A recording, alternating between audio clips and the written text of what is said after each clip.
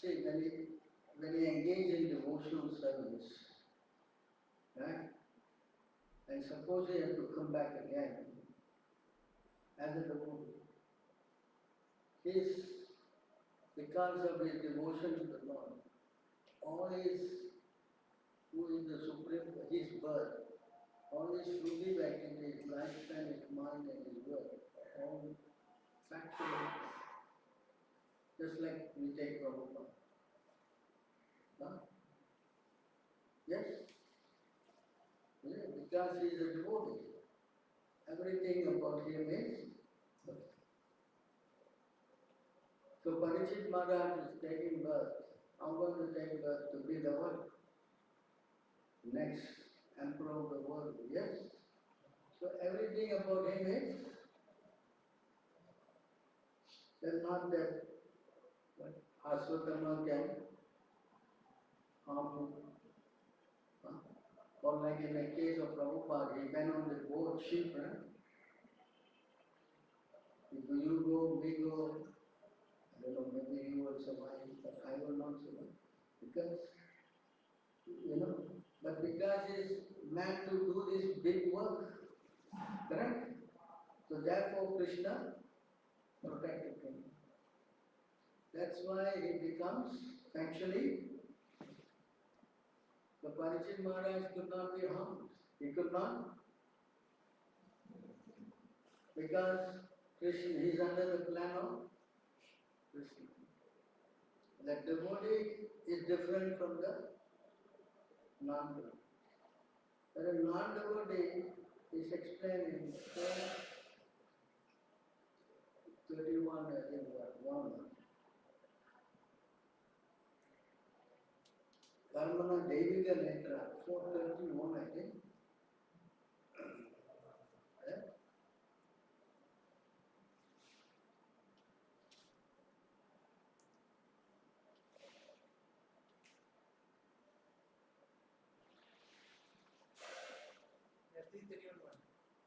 I think it's 3. 331 1. Yeah, 331 1.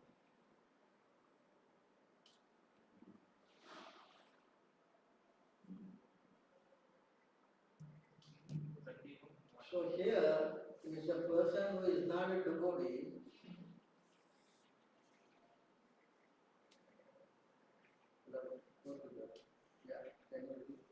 The personality of God is said, under the supervision of the Supreme Lord, and according to the result of his work, the living entity, the soul, is made to enter into the womb of a woman through the particle of male semen to assume a particular type of body. So here the living entity is forced to take birth according to his fruitive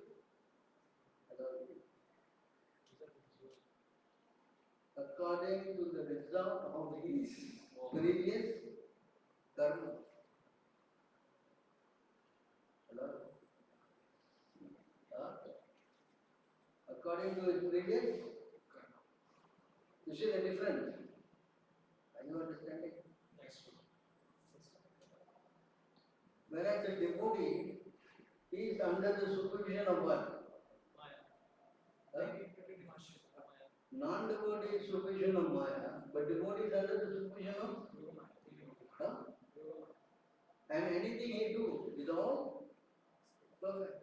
But here, he is made to what? Suffer. According to his karanam devika netra. Karanam devika netra. So it's by the control of the 3 modes of control nature, the living is subject to misery. Subject one? Misery. But Prabhu, how you can say that Parikshit Maharaj also went through so much suffering? He was burned alive, he was cursed, correct? So what's the difference? How can we say here is all perfect, but we don't know? Similarly, you can see Haridas Thakur also. What is the statement of yours? How you answer that? Arjuna also suffered a lot, correct? The Pandavas also suffered a lot, yes? Huh? So what is the answer for this? Huh? Hello? What the answer? Kunti Devi says, Vipadas to Dāsa, even if there are a lot of sufferings, let them come again because then we can remember you and by that we cross over the ocean of material existence.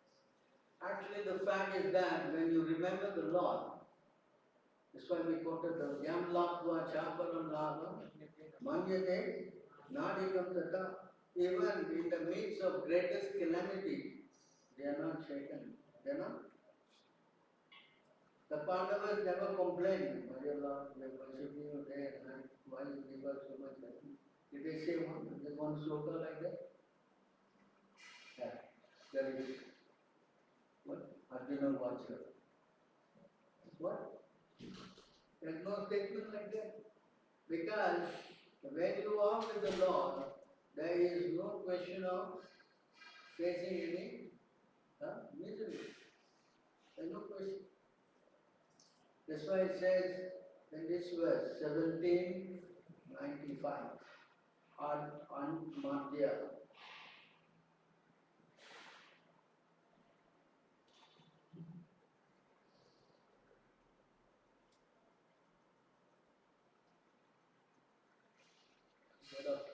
Klesa, clean.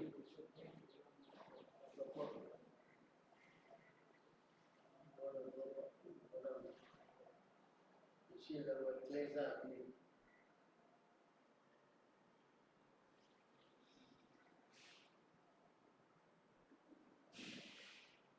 Alright, you see this word? Klesa subhada, moksha, laguta kre, sudulaba, Sandra Ananda, Visheshananda Sri Krishna Karsini, Cha. Devotional service is klesha agni even for beginners. Is that the point here? What is that? This means that it reduces or nullifies all kinds of suffering. Okay? Understand? So seemingly that they are put into difficulty, but because they have Krishna, there is no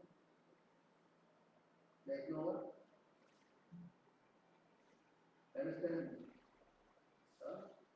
Your devotees cannot be attacked by man. 11:254, I quoted that verse. Right. Now let me finish. The word Subhada indicates that devotional service bestows all good fortune, and the word Krishna Karsini indicates that devotional service gradually attracts Krishna towards the devotee. Consequently, a devotee is not subject to any sinful reaction, and this is the point. You follow? Hello? You go to 11:254.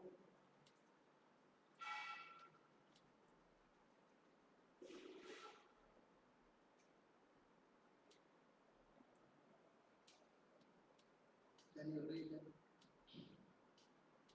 How can the fire of material suffering continue to burn the hearts of those who worship the Supreme Lord? The Lord's lotus feet have performed innumerable heroic deeds, and the beautiful nails of his toes resemble valuable jewels. The effulgence emanating from those nails resembles cooling moonshine, for it instantly relieves the suffering within the heart of pure devotee, just as the appearance of the moon's cooling light relieves the burning heat of the sun. So the devotee is seemingly put into difficulty, but because he is with the Lord, there is no, this verse 10, 14, 58. You know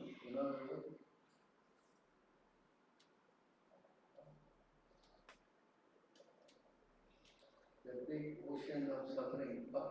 Padam padam vipadam na. You know this? Hello? You know?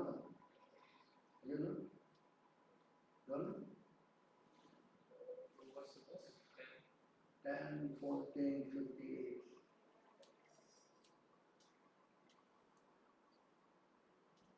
Samasthita एक बार पल्ल बदलवन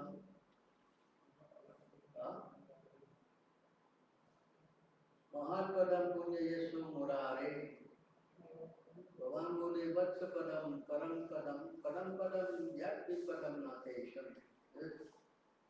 So because the devotee surrendered, this ocean of misery is reduced to the calm.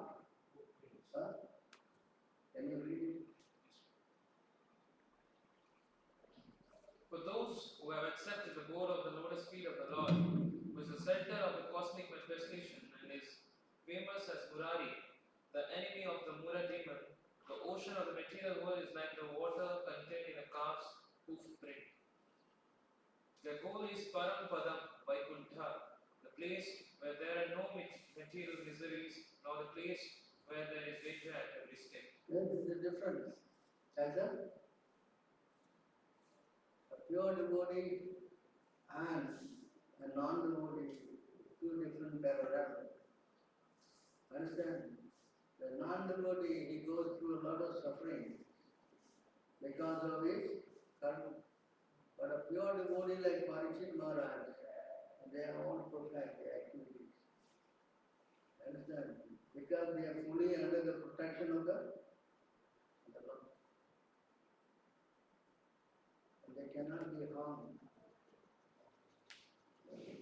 See? Like Prahlad Maharaj took the same example. His father tried to kill him in many ways.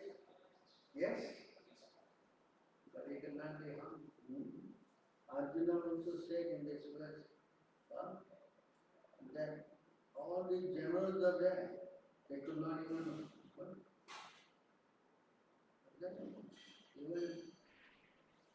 touch the hair on my head. You know that verse? Do you know? Hello? Do you know? Huh?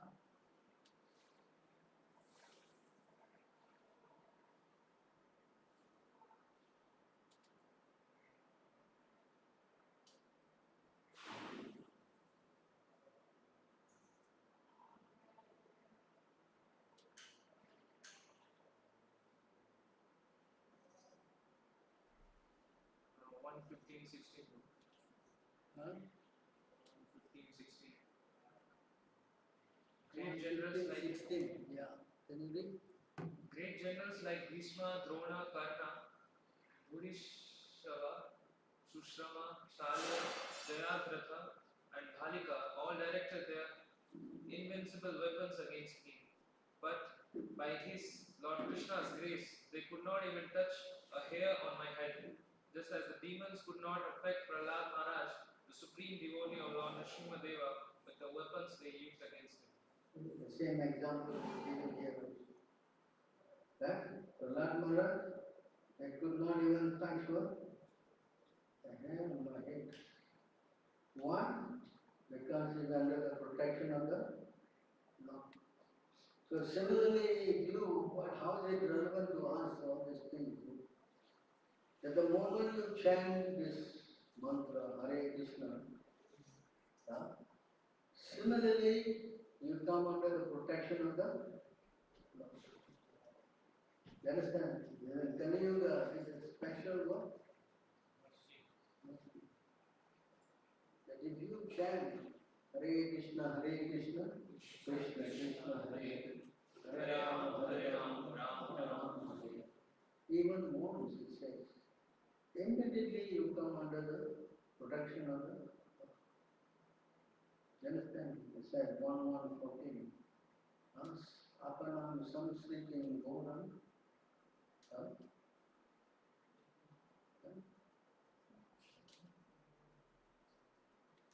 Apanam samsritim godam yan nama vivasu pranam tata satya vimuchyata yad vivayati swayam vayam. Living beings who are entangled in the complicated meshes of birth and death can be freed immediately by even unconsciously chanting the holy name of Krishna, which is feared by fear personified. See, the same thing can be also obtained by all of us if we take shelter of the Lord through His holy name. You understand? Even though you have been doing so many sinful work, but the moment you take on this process of becoming, chanting His name, automatically, very quickly become purified and you get protection from the, I think it's 22 or 43, that anyone from today say that, my dear Lord, please, I'm yours, from that day onwards he doesn't have to worry. I think there's a verse like that. 43, is it? 22. Not that one.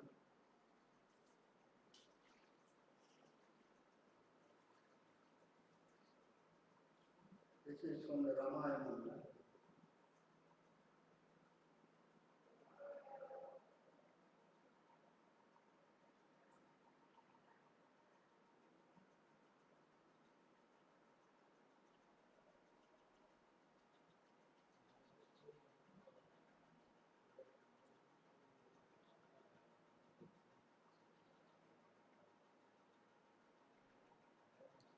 Thirty-four.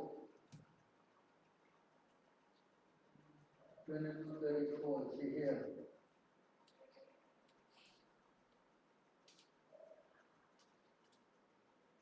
It is my vow that if one seriously surrenders unto me, saying, my dear Lord, from this day I am yours, and prays to me for fearlessness, I shall immediately award fearlessness to that person, and he will always remain safe from that time. See that? If you chant Hare Krishna, yes, in this mood, then you have nothing to fear. This terrible, fearful Kali Yuga, which is very formidable, can easily be overcome by one who takes shelter of the Lord by chanting Hare Krishna. Alright, I'll stop here. I think I've covered the points, explaining all different situations. Yes? Somebody? I don't know if this streaming got cut. You have to edit here. No, but there's a part 2. What is part 2?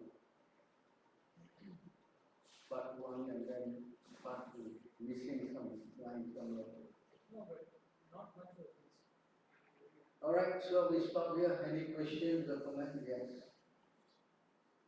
I have one question that particularly from when we are reading Gita 9.5, where Krishna is saying so here we see that Krishna is saying that whatever is created does not rest upon me. Whatever has been created it does not rest upon me. Whatever Created. What is created does not rest upon me. Yeah.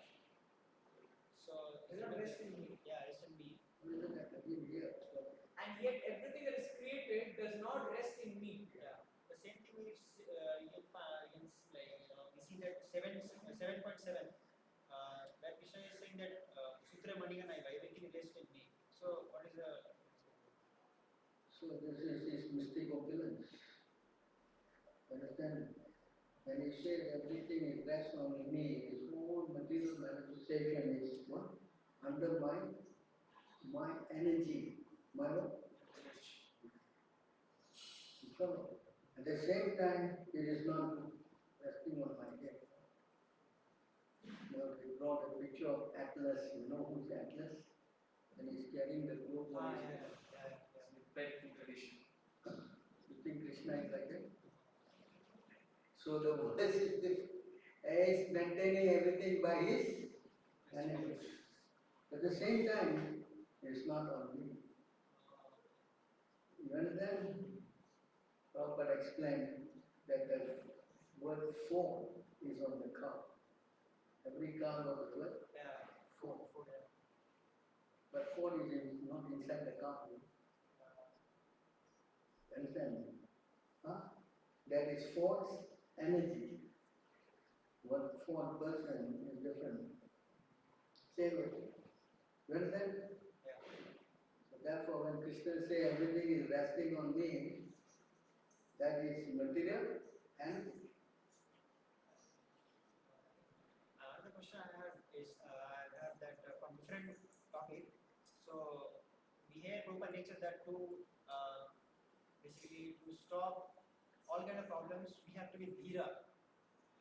So Prabhupada explained that word dhira multiple times, but I'm not able to get a conclusion about the conclusion of dhira. Basically, the definition of dhira. What do you mean by dhira? Like dhira means we have to slow down our movements of basically in nice way as a reference something like that.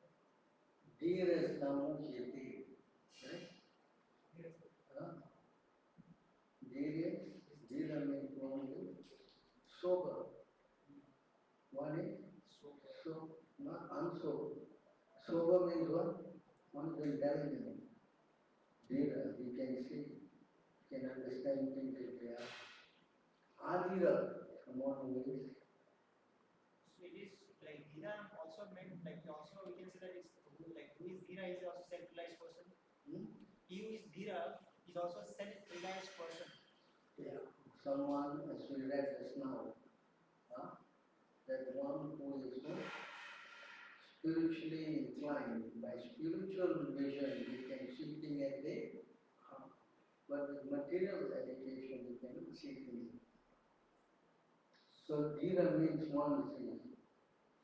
Dehinosmi yata dehe, kaumanam yavanam jana, tata dehantara prati. Dhira is, understand? So those who are sober, they can see this, how the living entity is going from body to body. And at old age, similarly, it takes another body. So the same thing is used in 15:10, just now I showed you. What is that? Pashyanti jnana chaksusa. Pashyanti, the one who is jnana chaksusa is a dhira. Pashyanti jnana chaksusa means one who is a sober person, dhira. You understand? So again in 2:13 he said, dhiras. What is that? Dehinosmiyata deve, kaumaram yavanam jana, tata dehantara. Dhiras tatra na mukhyati. Dhiras tatra mukhyati. Hello.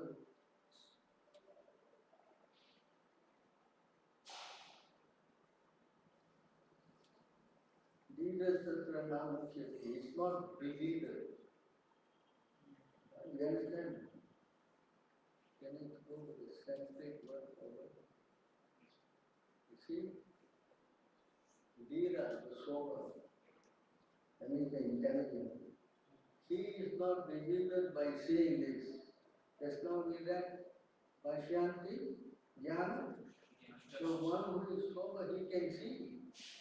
One who is not sober, cannot see. That's not the word. What? 9. Go back to the 15:10. Vimudam na anupashyanti. This is our just now.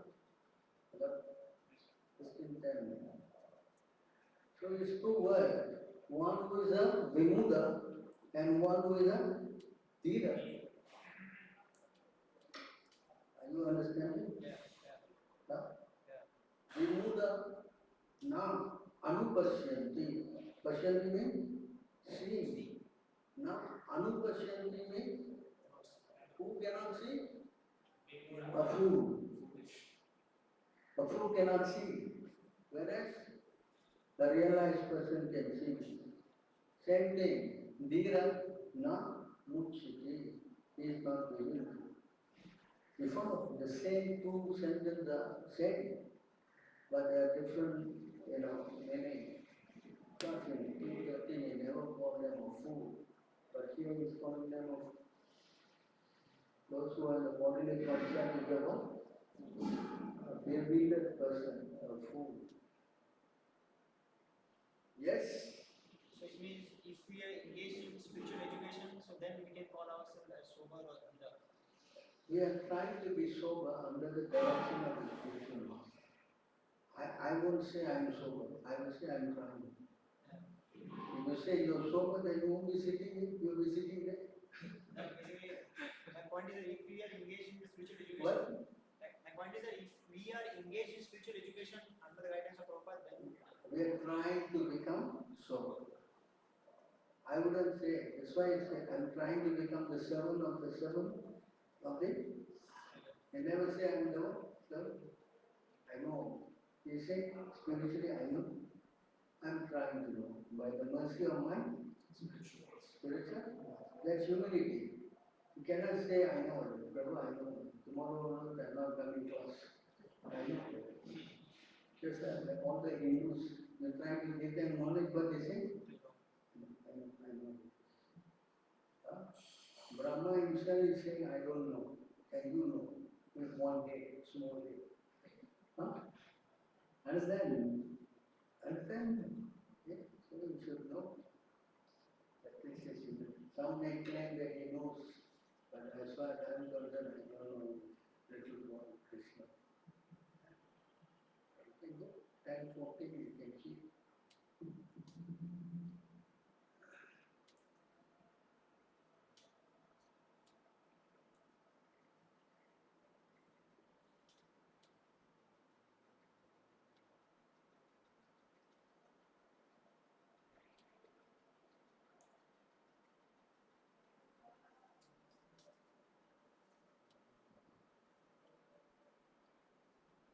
Bhagavad Gita 10:40.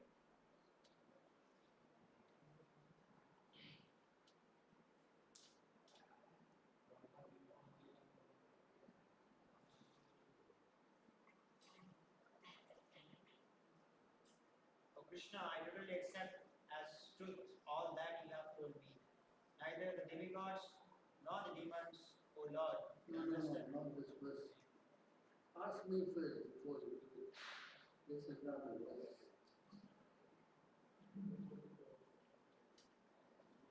10, 14, 38. 10:40:38.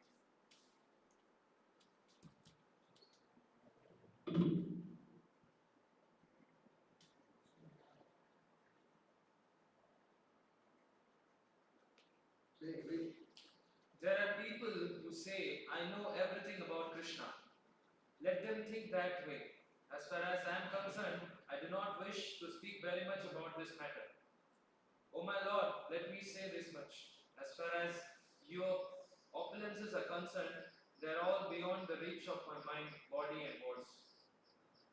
Hello. Understand? Now Brahma, what did he say? I don't know. I? Ever? And you know. Because what? Kharagpur. What? IIT what? Bombay. What? What? MIT. What? You say what? That IIT. BA. So you know.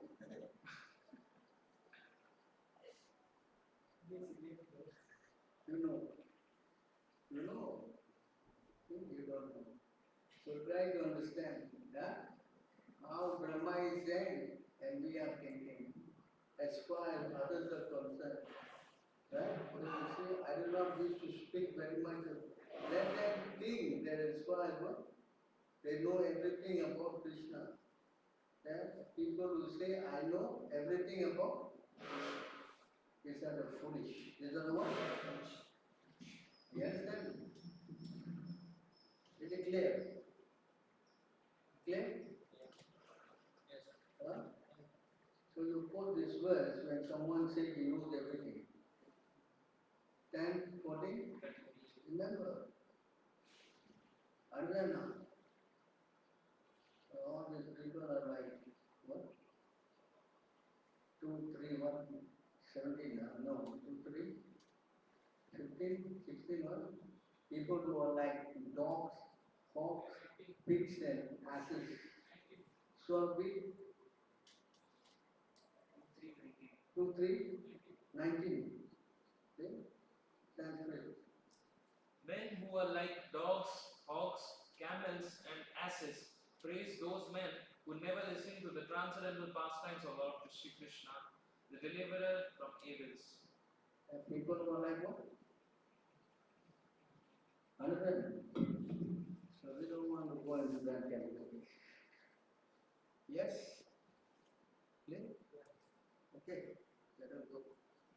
Anything else? Everyone is very, very tired this night. Huh? Prabhupada said, Bhagavatam class, cure insomnia. You know what is insomnia? Disease, not able to sleep.